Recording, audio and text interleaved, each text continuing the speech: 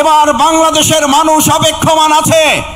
আর যদি ভবিষ্যতে কেউ আলেমের সাথে বেয়াদবি করা হয়, আর যদি কোন আলেমকে নিয়ে তুচ্ছ তাচ্ছিল্য টানাহানা করা হয়, মহাগ্রন্থ কোরআন এবং ইসলামকে নিয়ে যদি আর কেউ টানাহেঁচড়া করেন, তাহলে তার করুণটির জন্য তাকেও অপেক্ষা করতে হবে। শয়তানদের মধ্যে বড়টাকে আমরা মোকাবেলা করে বিতাড়িত করেছি। আমাদের মাঝও সেজ ছোট নাবালক সব শয়তানগুলোকে মোকাবেলা করার জন্য আমরাও জীবন বাজি রেখে প্রস্তুত থাকব। সম্মানিত ভাই এবং বন্ধুগণ, মহাগ্রন্থ আল কোরআন, কোরআনের তাফসীর আপনারা শুনতে এসেছেন। মাওলানা ডক্টর মিজানুর রহমান আজহারি হাফেজাহুল্লাহ আর অল্প সময়ের মধ্যেই আমাদের মাঝে উপস্থিত হবেন ইনশাআল্লাহ। আমরা আল্লাহর শুকরিয়া আদায় করি, আমাদের এই প্রিয় ময়দানে তিনি আমাদেরকে সময় দিয়ে ধন্য করেছেন। আমরা তাকে স্বাগত জানাই, অভিনন্দন জানাই। তার নানান ব্যস্ততার মধ্যে ওই পটুয়াখালীবাসীকে কোরআনের তাফসীর শুনিয়ে আমাদের অন্তরকে তিনি প্রশান্ত করবেন। আল্লাহ, এই মানুষটার উপরে বিগত 17 বছরে যারা জুলুম করেছে, এই মানুষটাকে যারা আমাদের দেশ ছাড়া করেছে, আল্লাহ আপনি তাদেরকে দেশ ছাড়া করিয়ে দেখিয়েছেন। এবার বাংলাদেশের মানুষ অপেক্ষমান আছে। আর যদি ভবিষ্যতে কেউ আলেমের সাথে বেয়াদবি করা হয়, আর যদি কোন আলেমকে নিয়ে তুচ্ছ তাচ্ছিল্য টানাহানা করা হয়, মহাগ্রন্থ কোরআন এবং ইসলামকে নিয়ে যদি আর কেউ টানাহেঁচড়া করেন, তাহলে তার করুণটির জন্য তাকেও অপেক্ষা করতে হবে। সুতরাং এই বিশাল লক্ষ লক্ষ মুসলিম জনতার তাফসীর মাহফিলে যে যেখানে আছেন, আপনাকে শুধু সিসি ক্যামেরা আর এই বাংলাদেশের ক্যামেরাগুলো আপনাকে ফলো করছে না, আপনাকে ফলো করা হচ্ছে আরশে আজিম থেকে। হাজার হাজার লক্ষ লক্ষ ফেরেশতা এই সুন্দর মাহফিলকে বেষ্টন করে আছেন।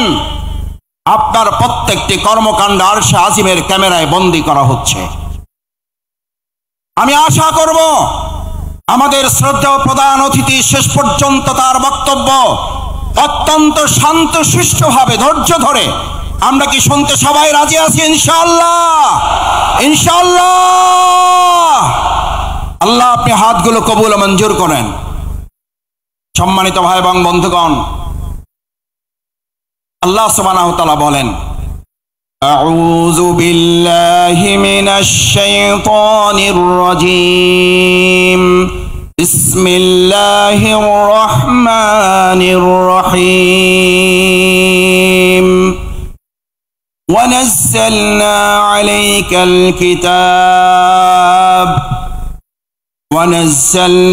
عليك الكتاب تبيانا لكل شيء وهدى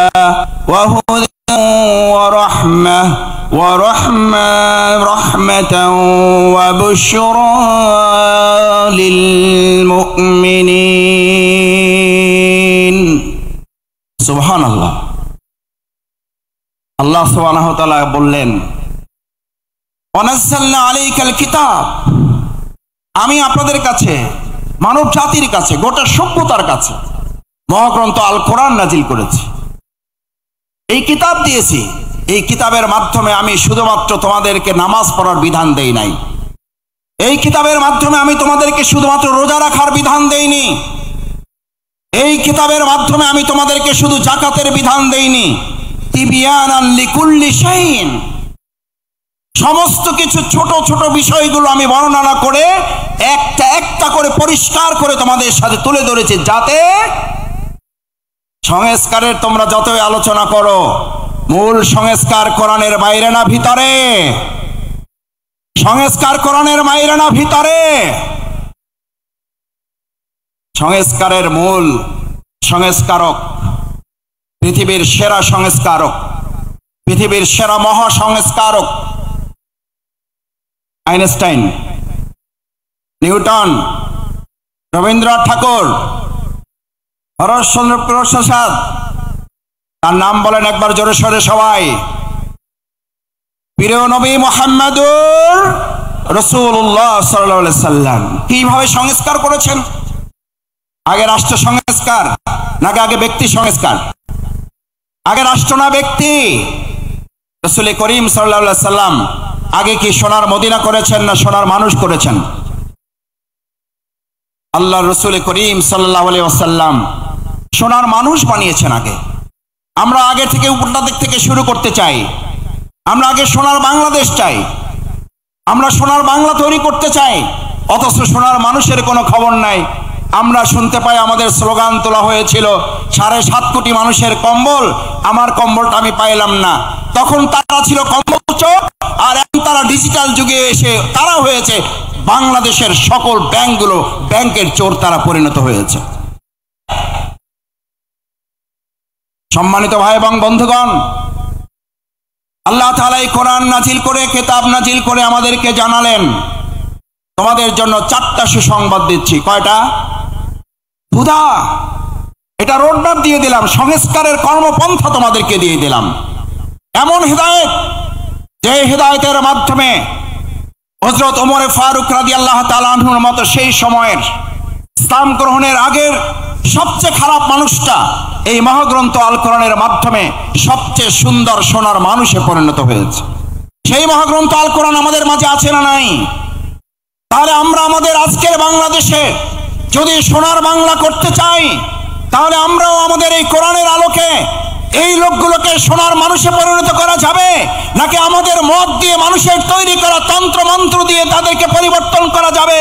যদি সোনার বাংলা করতে হয় তাহলে আল কোরআন দিয়ে করা যাবে, নাকি মানুষের তৈরি করা মতবাদ দিয়ে করা যাবে?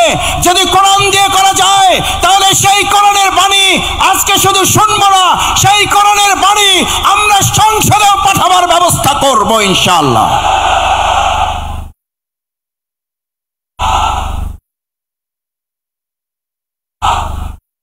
আমার সম্মানিত ভাইয়েরা, সম্মানিত মুসল্লিয়ান ইকরাম, ভাই এবং বোনেরা, আজ আমাদের প্রিয় মাতৃভূমি বাংলাদেশের যে সুন্দর পরিবেশ আমরা পেয়েছি, এই সুন্দর পরিবেশে আমাদেরকে এই কথা বলতে হবে যে আমরা এখন এই জগৎ এবং সময় পার করছি, সেখানে আমরা লক্ষ্য করছি আমাদের প্রিয় মাতৃভূমি বাংলাদেশ যারা হেদায়েতের সুন্দরী রাস্তা পেয়েছে, তাদের প্রথম কথা হচ্ছে লা তাখশা ইল্লাল্লাহ, আর এক আল্লাহ ছাড়া আর কাউকে ভয় করি না। আল্লাহ ছাড়া এক যারা আর কাউকে ভয় করে না। পার্শ্ববর্তী কোনো একটা রাষ্ট্র যদি সেই ব্যক্তিদেরকে এক আল্লাহ ছাড়া যারা ভয় করে না, সেই ব্যক্তিদেরকে যদি বলা হয় তোমাদেরকে আলু ডাল পেঁয়াজ বন্ধ কাঁচা মরিচ বন্ধ করে তোমাদেরকে আমরা নতজানু করতে চাই, তাহলে ভালো করে কান খুলে শুনে রাখো, আমাদের এই বাংলাদেশের ইসলাম প্রিয় এবং দেশপ্রেমিক নেতৃত্ব ফাঁসির মঞ্চে দাঁড়িয়েছে, তোমাদের কাছে মাথা নত করে নাই, হাসি মুখে জীবন দিয়েছে। আমরাও জীবন দেব, 1 ইঞ্চি মাটি কারো হাতে আমরা বিক্রি করব না।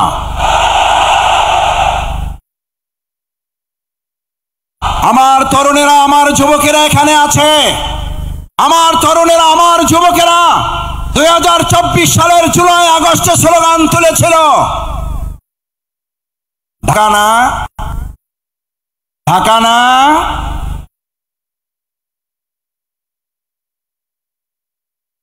কোনটা হবে? দিল্লি না ঢাকা? দিল্লি না ঢাকা? আমাদের বাংলাদেশে এমন কোন সরকার আর প্রতিষ্ঠিত হতে দেওয়া হবে না যেই সরকারের কোন সিদ্ধান্ত দিল্লি থেকে হবে। আমাদের দেশের সিদ্ধান্ত বাংলাদেশের মাটি থেকেই হবে। আমার সম্মানিত ভাই এবং বন্ধুগণ, হাতের ডান পাশে যারা আছেন বসে যাবেন। আমি আবার বলছি, এটা আল কোরআনের ময়দান। এই আল কোরআনের ময়দানে প্রত্যেকে আদবের সাথে নিজ নিজ দায়িত্ব নিয়ে স্বেচ্ছাসেবকের ভূমিকা পালন করবেন, আল্লাহকে সাক্ষী রেখে। পারা যাবে ইনশাআল্লাহ। দেখি একটা তাকবীর, লিল্লাহে তাকবীর, লিল্লাহে তাকবীর, লিল্লাহে তাকবীর। আমার সম্মানিত ভাই এবং বন্ধুগণ, সেজন্য আজ আমাদের এই কলিজার টুকরা সন্তানের আর একটা স্লোগান তুলেছিল, আমাদের ছাত্র তরুণ যুবকেরা আর একটা সুন্দর স্লোগান তুলেছিল, উই ওয়ান্ট জাস্টিস। ঐতিহাসিক ইবনে খালদুন নাম শুনেছেন? সবাই জানেন ঐতিহাসিক ইবনে খালদুনের কথা। সেই ঐতিহাসিক ইবনে খালদুন সকল সভ্যতাগুলোকে পর্যালোচনা করে মিশরীয় সভ্যতার মেয়াদকাল ছিল 3000 বছর। ভালো করে খেয়াল করার জন্য বলছি, ডানে যারা ডানে আছেন, যারা বামে আছেন, বসুন, বসে পড়ুন, এটা কোরআনের ময়দান। 3000 বছরের সভ্যতা ছিল মিশরের। রোমানদের ছিল 1000 বছরের সভ্যতা। সিন্ধুদের ছিল 700 বছরের সভ্যতা। সকল সভ্যতাগুলো একে একে ধ্বংস হয়ে যাওয়ার পর ঐতিহাসিক ইবনে খালদুন বলেন, আমি এই সবগুলো সভ্যতার কাছে গিয়ে প্রশ্ন করেছিলাম, হে মিশরীয় সভ্যতা তুমি ধ্বংস হলে কেন? হে রোমান সভ্যতা তুমি ধ্বংস হলে কেন? হে সিন্ধু সভ্যতা তুমি ধ্বংস হলে কেন? হে বেবিলনীয় সভ্যতা তুমি ধ্বংস হলে কেন? ঐতিহাসিক ইবনে খালদুন বলেন, এই প্রত্যেকটি সভ্যতা ধ্বংসের পিছনে দুটি উত্তর আমি পেয়েছি ধ্বংসস্তূপের কাছ থেকে। কয়টি উত্তর? কয়টি উত্তর? দুইটি উত্তর পেয়েছিল এই ধ্বংসস্তূপের কাছ থেকে। প্রথম জবাব ছিল ইনজাস্টিস। ঐতিহাসিক ইবনে খালদুন বলেন, এন্ড দ্য নেক্সট অ্যান্সার, তারপরের জবাবটা ছিল ইনজাস্টিস, অর্থাৎ ইনজাস্টিস এন্ড ইনজাস্টিস, অন্যায় বিচার এবং অন্যায় বিচারের মাধ্যমে 1000 বছরের, 700 বছরের, 3000 বছরের সভ্যতার যদি ধ্বংস হয়, তাহলে নতুন করে পৃথিবীতে আর কোনো মতবাদ দিয়ে সভ্যতা বিনির্মাণ করা যাবে না।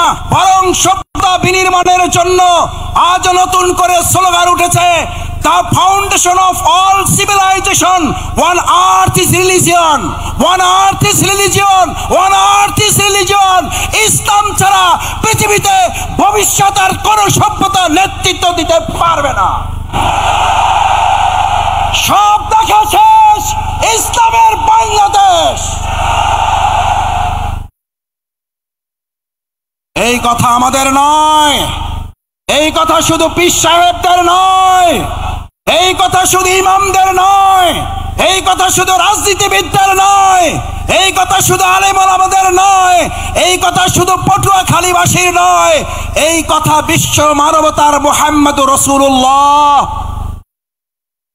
এরকম হাত জাগিয়েছেন রাসূল করিম সাল্লাল্লাহু আলাইহি ওয়াসাল্লাম, আনা সাহাতু কাতাইন, এই যে আমার দুটো আঙ্গুল দেখতে পাচ্ছ, আল্লাহ রাসূল করিম সাল্লাল্লাহু আলাইহি ওয়াসাল্লাম বললেন, দুটো আঙ্গুল দেখো ভালো করে, আনা সাহাতু কাতাইন, এটা আমি, এটা কিয়ামত, আমি এবং কিয়ামত, আমি এসেছি, কিয়ামত শুরু হয়েছে। এই জামানায় এই সভ্যতার সামনে ইসলাম ছাড়া আর এমন কোন আদর্শ নাই যে আদর্শ দিয়ে মানুষের মুক্তি পাওয়া সম্ভব।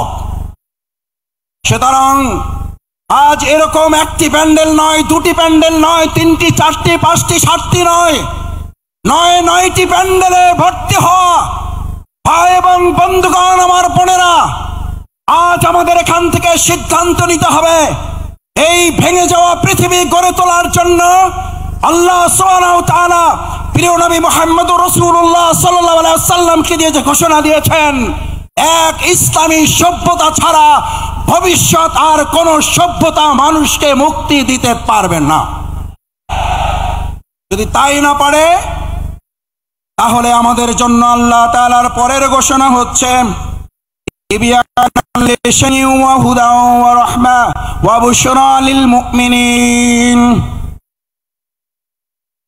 আল্লাহ রাব্বুল আলামিন কি বললেন? হুদা, তোমাদের রোডম্যাপ দিয়ে দেওয়া হলো।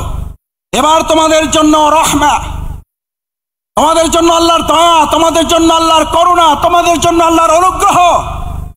আমাদেরকে কোন দেশ কি দেবে আমরা সেই দিকে তাকাতে চাই না, আমাদেরকে কোন নেতা কি দেবে সেই দিকে তাকাতে চাই না। আমরা আল্লাহর ওই করুণা, ওই রহমত, ওই দয়া, অনুগ্রহের দিকে তাকাতে চাই, যে ইসলাম এবং সৎ, দক্ষ, যোগ্য নেতৃত্ব প্রতিষ্ঠিত হলে আল্লাহ সুবহানাহু ওয়া তাআলা ঘোষণা দিচ্ছেন, আসমান এবং জমিনের বরকতের দরজা যদি খুলে যায়, পৃথিবীর কোন শাসক নেই বাংলাদেশকে দাবিয়ে রাখতে পারবে।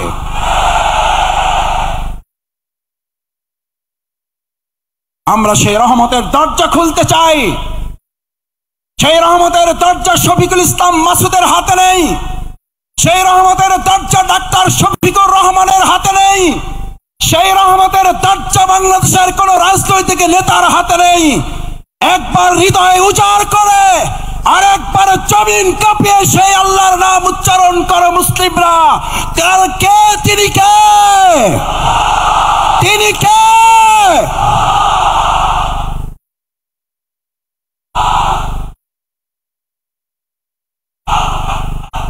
রহমা। এরপরে আল্লাহ সুবহানাহু ওয়া তাআলা বলেন তিবিয়ানাল লিকুল্লি শাইইন ওয়া হুদাও ওয়া রাহমা ওয়া বুশরা লিল মুমিনিন। আল্লাহ তাআলা আমাদেরকে হেদায়েতের রোডম্যাপ দিলেন। যদি হেদায়েতের মূল রাস্তায় চলতে পারো, যদি এবার আল্লাহর দয়া নিয়ামত অনুগ্রহের চাদরে তোরা আচ্ছাদিত হতে পারো, এবার তোমাদেরকে আর কেউ দুঃসংবাদ দিয়ে ভীত সন্ত্রস্ত করতে পারবে না, তোমাদেরকে দুর্বল করতে পারবে না, এবার তোমাদেরকে কেউ দুশ্চিন্তাগ্রস্ত করতে পারবে না।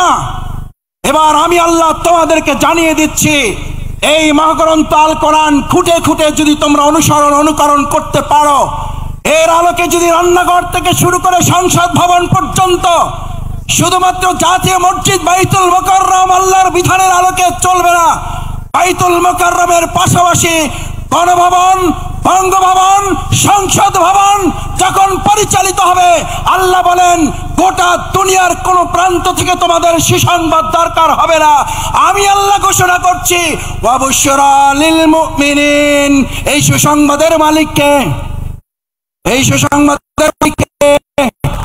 না Russia, Bharat, America, German, France. আর একবার মন উজাড় করে হৃদয় থেকে জোরে আওয়াজ করে বলুন, এই সুসংবাদের মালিক কে? কিন্তু শর্ত প্রযোজ্য।